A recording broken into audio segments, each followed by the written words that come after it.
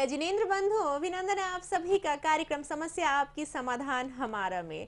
और बंधुओं, हमारे जीवन में जब हम शांत स्वभाव के साथ बैठे रहते हैं, चिंतन मनन करते रहते हैं, तो हमारे मन में बहुत सारे ऐसे ख्याल आते हैं कि हमारी ज़िंदगी में ये परेशानी है, ये कब दूर होगी। उसकी ज़िंदगी तो बहुत अच्छे से चल रही है कि उसके लाइफ में क्या ऐसा हो रहा है जो उसके जीवन में कोई प्रॉब्लम नहीं आ रही है। क्या हमारा मन शांत है? बिल्कुल नहीं। तो हम अपने मन को शांत कैसे कर सकते हैं? जब हम हर तरीके से सेटिस्फाई रहेंगे। और सेटिस्फाई हम कब रहेंगे? जब हमारे लाइफ में फाइनेंशियली स्टेबिलिटी रहेगी। क्योंकि आज के दौर में घर का हर एक सदस्य इसलिए मेहनत करता है कि उसका जो बिजनेस है वो अच्छा चले, उसका व्यापार अच्छा चले, उसकी नौकरी अच्छी चले। लेकिन अथक प्रयास के बाद भी जब हम 5 मिनट का टाइम अपने शरीर के लिए निकालते हैं और हमें शांति नहीं मिल पाती है, यही सारी चीजें रिपीट होकर हमारे माइंड में घूमती रहती है, तो क्या आप सेटिस्फाइड हैं अपनी जिंदगी से? बिल्कुल नहीं। बंधुओं, जो परमात्मा ने आपको जिंदगी दी है उसको अच्छे से जिए।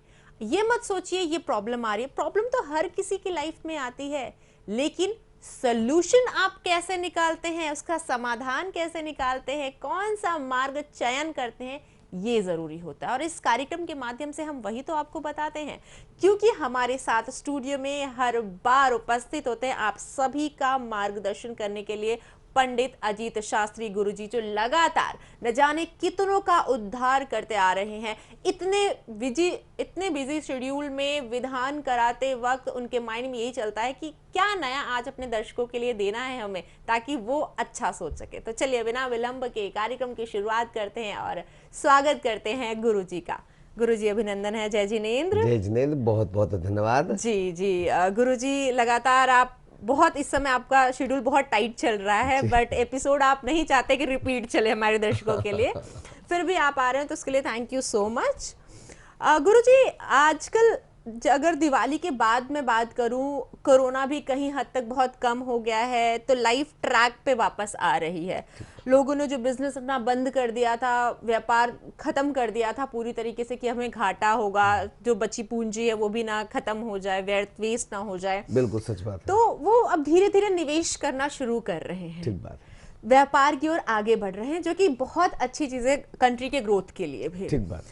लेकिन व्यापार में भी कुछ गलतियां ऐसी हो जा रही हैं जो वो रिस्क लेने के लिए डर रहे हैं। ठीक बात है। तो ऐसा क्या करना चाहिए व्यापार से संबंधित? आज आप कुछ ऐसी जानकारी दीजिए हमारे बंधुओं के लिए, ताकि वो उनकी जो डर है, जो फैक्टर है, वो खत्म हो जाए। बहुत बढ़िया, बहुत बहुत धन्यवाद जी ma'am, thank you very much.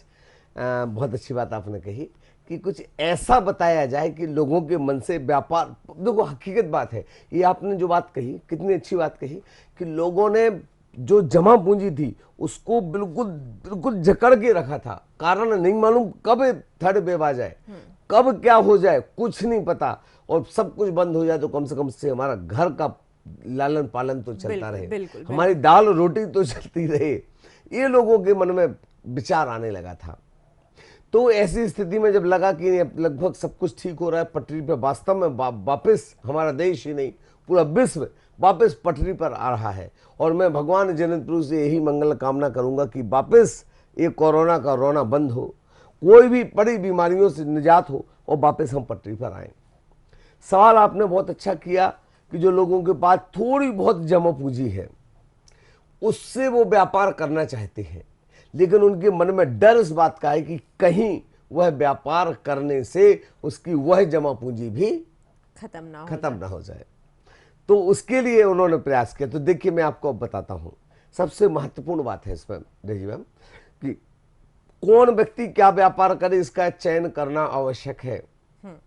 Suppose एक एग्जांपल देता हूं, किसी की कुंडली में व्यापार में शनि बहुत अच्छा है, और अगर शनि बहुत अच्छा है और व्यापार उसने चालू कर दिया किसका, कपड़े का, कपड़े की दुकान खोल लेते हैं, तो 100% लॉस लगेगा, बिल्कुल जमीन में जीरो में आ जाएगा। अगर मान लीजिए किसी का बहुत बढ़िया शनि अच्छा है और उसने व्यापार कर दिया जाकर के किसका, किसी कॉपी किताब का, पुस्तक का, तो उसके लिए नुकसान। तो ये ध्यान देना आवश्यक है, किसी योग्य ज्योतिषी से ये सलाह जरूर कर लें कि भाई मेरे कुंडली के आधार पर मुझे क्या व्यापार करना चाहिए। तो आपके एकादश लाभेश को देखेंगे, द्वितीयेश को देखेंगे और उसके आधार पे आपको बोलेंगे कि भैया आप पर्टिकुलर इस चीज का व्यापार करें। गुरुजी, अगर उन्होंने पहले जो उनका बिजनेस ऑलरेडी चलता था वो बंद हो गया, अगर वही स्टार्टअप करे तो क्या ठीक नहीं है? ये बहुत अच्छी बात है। अगर जो व्यापार कर रहे थे और वही बंद हो गया, उसको वापस रनिंग करना है, वापस पटरी पर लाना है, तो ऐसी स्थिति में छोटा सा काम करना है। व्यापार बंद हो चुका था, अब आपको मैं एक नया प्रयोग बताता हूँ। वो प्रयोग आप नोट करना, आपके लिए बहुत बहुत महत्वपूर्ण है। कुंदरू की धूप आती है बाजार में और दूसरी आती है गौलोचन। गौलोचन किसको कहते हैं? दो चीजें होती हैं, कहीं कहीं अलग अलग बातें कही गई। गौलोचन मतलब गाय का पैर जहां पर रखा गया वो मिट्टी, किसी ने कहा, और किसी ने कहा गौलोचन का मतलब वो भी होता है जो प्रसव के दौरान कुछ सामग्री निकलती है, उसको वो भी एक गौलोचन होता है। और तीसरी बात होती है गौलोचन मतलब उसके सींग से निकलता है। एनीवे, तो गौलोचन लें आप। गौलोचन को लेने के बाद बाजार में आसानी से मिल जाता है। तो पहली चीज गौलोचन, दूसरा कुंदरू का धूप। कुंदरू का धूप, गौलोचन और कामिया सिंदूर, इन तीन चीजों की एक पोटली बनाएं और पोटली बना करके अपने व्यापार स्थान में 3 जगह लगाना है।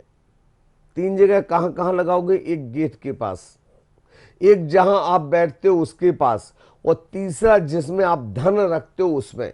ये 3 पोटली डालें। और व्यापार किसी भी चीज का हो, कोई भी व्यापार हो, मुझे नहीं पता, आपको वह व्यापार प्रारंभ करना है तो सिर्फ और सिर्फ सोमवार के दिन प्रारंभ करना। अच्छा, जो नया स्टार्टअप चल रहा है तो सोमवार के दिन व्यापार शुरू करें? जिसका पुराना व्यापार था, अच्छा, और वो पुराना व्यापार अगर बंद हो गया था, सेम शुरू कर रहा है सेम उसी को शुरू करना है, तो सोमवार को शुरू करें। और नया? और नया व्यापार करने के लिए वो पर्टिकुलर मुहूर्त निकलवा कर करें। लेकिन मंडे के दिन आप चालू करें। जिनका व्यापार पुराना था तो उनको 3 चीजें मैंने बता दी, कुंदरू की धूप, गोखरू और कामिया सिंदूर, तीनों को थोड़ा थोड़ा डाल के पोटली बनाना लाल कपड़े में, और 3 पोटली लटकानी, एक गेट पर, एक जहां आप बैठते हो वहां पर, जहां पैसा रखते हो मेन आपका तिजोरी है उसमें, 3 जगह 3 पोटली रख दें। उसके बाद आप व्यापार करने के पूर्व आप क्या करें, थोड़ा सा चुल्लू भर जल लें, और जल ले करके सिंपल नमो वरिहंताड़म, नमो सिद्धाड़म, नमो वायरेयाड़म, नमो वज्जायाड़म, नमो लोए सर्वसाहुरम, और पूरे व्यापार स्थान में इसको छिड़क दें। ऐसा करने के बाद व्यापार करें। मैं विश्वास के साथ कहता हूं आपका व्यापार उन्नति को ही नहीं छुएगा, बल्कि चरम को छू करके आपको उन्नति के सिरों पर ले जाएगा। जी बिल्कुल। गुरुजी, मैं चाहूंगी हमारे दर्शकों को, आप व्यापार जब शुरू करते हैं एक बेसिक टिप होता है जो सब व्यापार के लिए कॉमन होता है, जैसे कि आपको कौन सा वृक्ष लगाना चाहिए। सबसे पहले तो ये जानना चाहूंगी, प्लस ये भी जानना चाहूंगी कि क्या हर व्यापार के लिए एक ही वृक्ष कॉमन है व्यापार उन्नति के लिए, या हर व्यापार जो डिफरेंट व्यापार के कारक होते हैं वो अलग अलग वृक्ष होते हैं? बहुत बढ़िया बात कही, क्या बात है, आज आपने बहुत अच्छी बात पूछी। देखिए, वृक्षों के विषय में कहूं, हर वृक्ष का अलग अलग प्रभाव होता है। अलग अलग व्यापार में अलग अलग वृक्षों का अलग अलग प्रभाव होता है। लेकिन कुछ वृक्ष ऐसे हैं जो कॉमन होते हैं, जो कि हर व्यक्ति को लगाना ही चाहिए। जैसे आम का पेड़, आम का पेड़ फल भी देगा, आम का पेड़ मीठा रसीला होता है। गुरुजी, वास्तु के अकॉर्डिंग तो हर जगह आम का पेड़ नहीं लगाना चाहिए। बता रहा हूं मैं, आम का पेड़ मीठा और कई जगह इसको उल्लेख किया गया। कांटेदार जो वृक्ष होते हैं, कांटेदार वृक्षों को बिल्कुल मना किया गया। लेकिन आम का जो वृक्ष होता है, आम का पूजन में सबसे पहले आम के पत्ते लिए जाते हैं, हवन में सबसे पहले आम की लकड़ी का प्रयोग किया जाता है। बिल्कुल। और फलों का राजा अगर आम होता है, ये किसी ने भ्रांतियां फैला दी हैं, बिल्कुल सत्यता नहीं है। सत्यता ये है, आम का वृक्ष है, अशोक का वृक्ष है, नीम का वृक्ष है। ये 3 वृक्ष ऐसे वृक्ष होते हैं, अगर किसी के यहाँ पर लगे आम और नीम, लेकिन आजू बाजू में मत लगाना। अगर आपको आम, नीम और अशोक तीनों लगाना है तो एक कोने में आम का, एक कोने में नीम का, और बीचों बीच अशोक का। इस प्रकार से वृक्ष लगाएं, और वृक्ष लगाने के बाद में फिर उसका जो है ना आप प्रभाव बहुत अच्छा होगा। दूसरी बात आपने कही कॉमन, तो एक ध्यान रखना चाहिए, जैसे ही जहां से आप व्यापार स्थान में प्रवेश कर रहे हैं तो प्रवेश करते ही साथ लगभग लगभग इतनी 2 अंगुल की 3 अंगुल की चौड़ी पट्टी अगर आपको मिल जाए, किसकी, तांबे की, छोटी सी, तो 2 पट्टियां ले लें। और जैसे ही आप व्यापार स्थान में प्रवेश करते हैं तो प्रवेश के टाइम ही प्लस जो डॉक्टर बनाता है ना, प्लस डॉक्टर का जो प्लस का निशान होता है, वो प्लस आप वहां पर जमीन में बना दें और उसको पैक कर दें। ऐसा करने से वो आप प्लस में ही जाओगे, कभी माइनस में नहीं जाओगे। दूसरा कारण ये होता है। तीसरी बात, एक और यहां पर ध्यान देने वाली बात होती है, वो ध्यान देने वाली बात होती है कि दोनों तरफ आप एक काम करें। अकौआ की जड़ आती है, आंकड़े की जड़ जिसको कहते हैं, तो आंकड़े की जड़, सूखी हुई आंकड़े की जड़ मिल जाती है, तो उसको आंकड़े की जड़ को भी व्यापार स्थान में दूसरे तरफ, दोनों तरफ अगर गाड़ दिया जाए तो भी वह व्यापार में किसी भी प्रकार की बाहरी हवा का प्रभाव, किसी प्रकार की परेशानी, किसी प्रकार की दिक्कत, किसी प्रकार की समस्या कुछ भी नहीं आती, वो व्यापार अच्छा चलता है। जी बिल्कुल गुरुजी, एक बहुत कॉमन टर्म्स आता है जब लड़कियां बिजनेस की तरफ अग्रसर होती हैं, तो कहते हैं ये व्यापार तुम्हारे लिए नहीं है, ये लड़के करे तो अच्छा होता है। पहला तो ये क्वेश्चन है कि क्या जेंडर डिफरेंस भी होता है व्यापार में, मतलब आदमियों को अलग करना चाहिए, औरतों को अलग करना चाहिए? दूसरी बात, या ग्रह जो उनके लिए सही है वो करना चाहिए?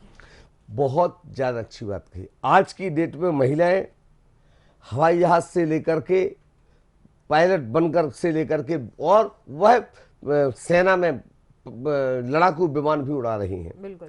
आज महिलाएं सबसे ऊंची चोटी पर चढ़ रही हैं। महिलाएं जो कर रही हैं शायद पुरुष वर्ग वहां तक सोच भी नहीं सकता है। पुलिस की सर्वोच्च स्थान पर पहुंच रही हैं, महिलाएं राष्ट्रपति तक बन रही हैं।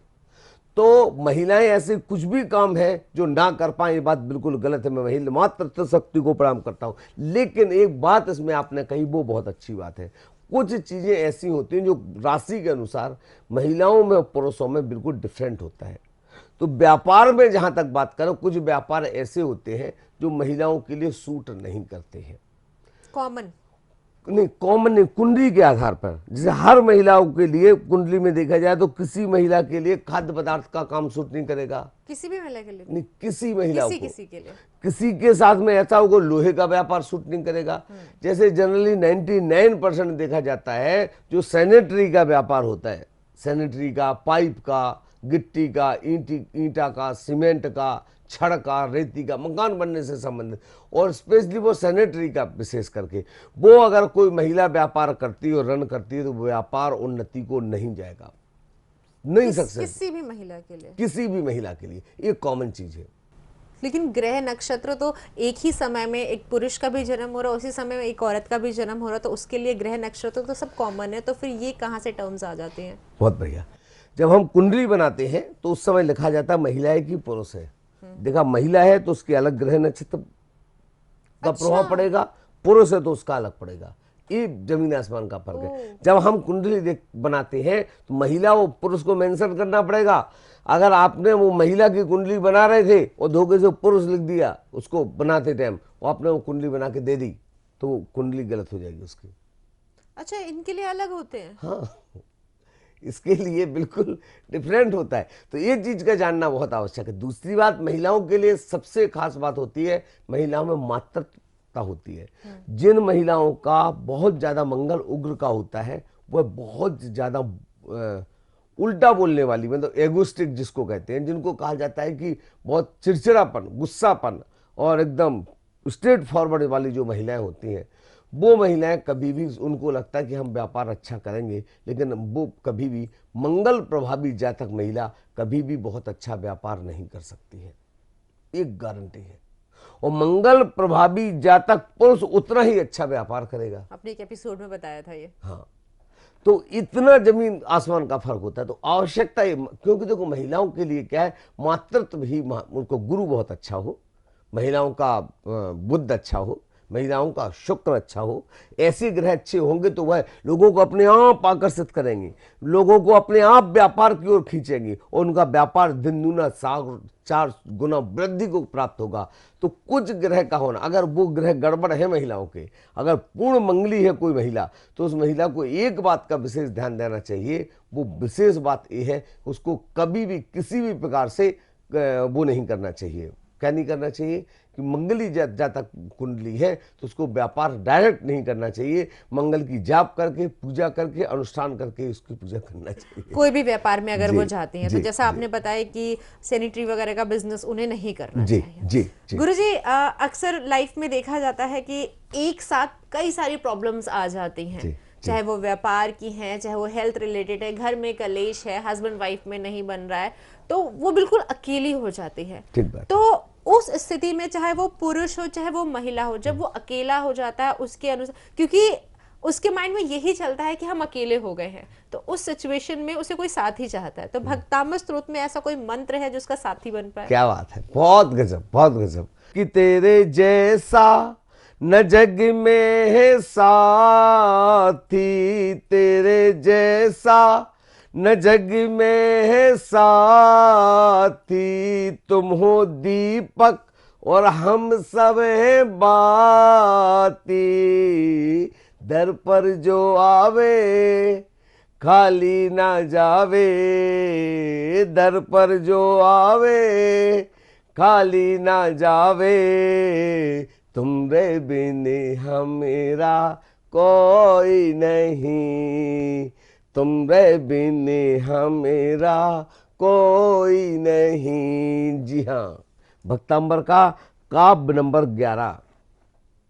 इस काव्य की आराधना करो, विश्वास रखना कि तेरे जैसा न जग में है कोई, इस काव्य के जैसा जग में न कोई था, न कोई है, न कोई रहेगा। काव्य है दृष्ट्वा भवन्त मनिमेष विलोकनीयम, नान्यत्ततोष मुपयाति जनस्य चक्षु, पीत्वा पयः शशिकरद्युति दुग्ध सिंधु, क्षारम जलम जल निधे रस तुम का एक छेद।